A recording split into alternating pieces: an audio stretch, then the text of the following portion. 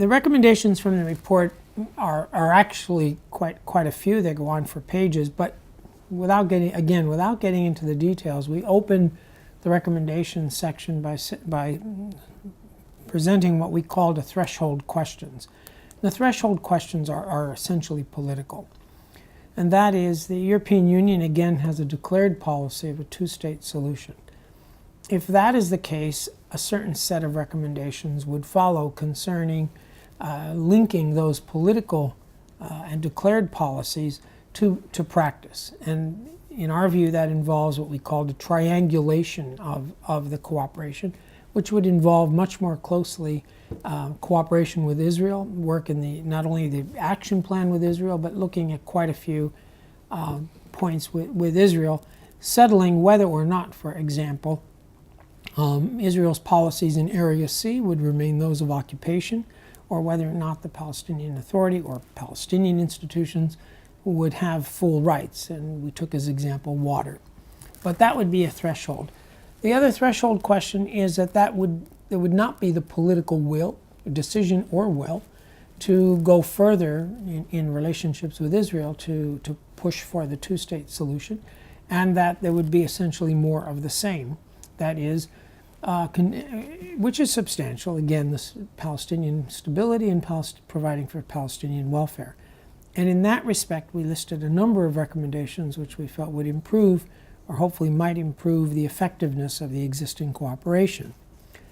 We pointed out also in the recommendations that this diagnosis and recommendations have not been missed by the DevCo and EEAS staff. We saw in the last 2 years in particular quite a bit of recognition or diagnosis of the situation and what would be required for improvements. However, what was missing, we felt, was the political authorization, a clear mandate for the Commission to undertake certain reforms.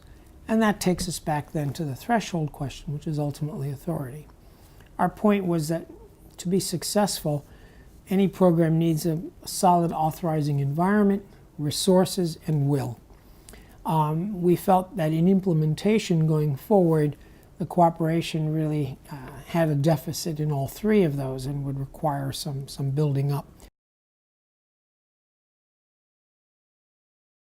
The recommendations, for the most part, address this last part. We had recommendations concerning UNRWA, which is to stick to its mandate and try to obtain greater harmonization of services with the Palestinian Authority and others providing similar services, on the theory that one day the Palestinians themselves would have to take over all of these services. And given the numbers of staff, the cost, and so forth, it would be very difficult, one. And two, EU's resources are also limited, and given the, unfortunately, very high demand on the UN with respect to refugees, both Palestinians and now Syrians, going beyond the core mandate would simply present problems for which there was not an obvious solution, and therefore sticking to core mandates was the preferable choice. We also pointed out what we called some missed opportunities to work a bit closer with regional actors who were also substantial contributors, rather than working in donor silos. So those were some of the very main conclusions and some of the main recommendations. Each of those has a certain amount of detail attached to them that are in the volumes. The final and perhaps overarching recommendation was what we called a greenfield approach. And I think this was echoed by others today, and particularly in the last month or two. And that is, we seem to be at a unique period, time-wise. It's what we call a watershed period. And it is timely and necessary, we thought, to step back and take what we called a greenfield approach. And this means starting from the top, it's a top-down led process, to stop and review the entire situation, the context, the political authorizations, the will, and the resources, and look at the portfolio again. It doesn't mean an abrupt cutoff in resources. It's not likely that that there's going to be an abrupt cutoff of Palestinian salaries for teachers and doctors. But that's not the point. But the point is to review the entire cooperation, both with respect to political objectives as well as day-to-day welfare objectives. And from there move forward in a more coherent and hopefully efficient and effective manner.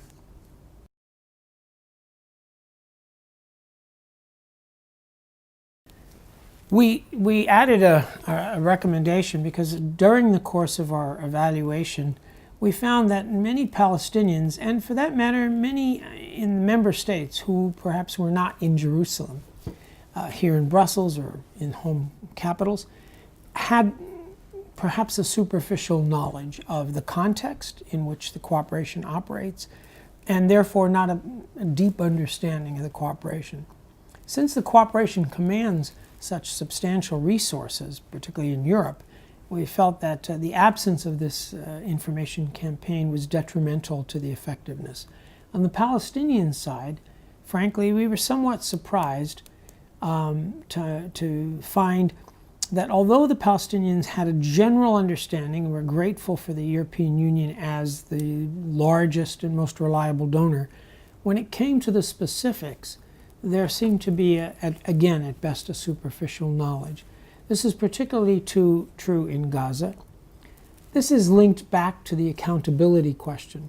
And although the European Union has been fully transparent, there's a difference between transparency and accountability.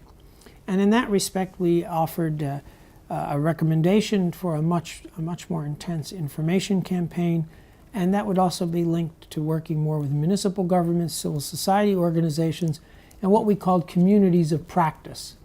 And typically the first step with working with those groups is a very targeted information campaign.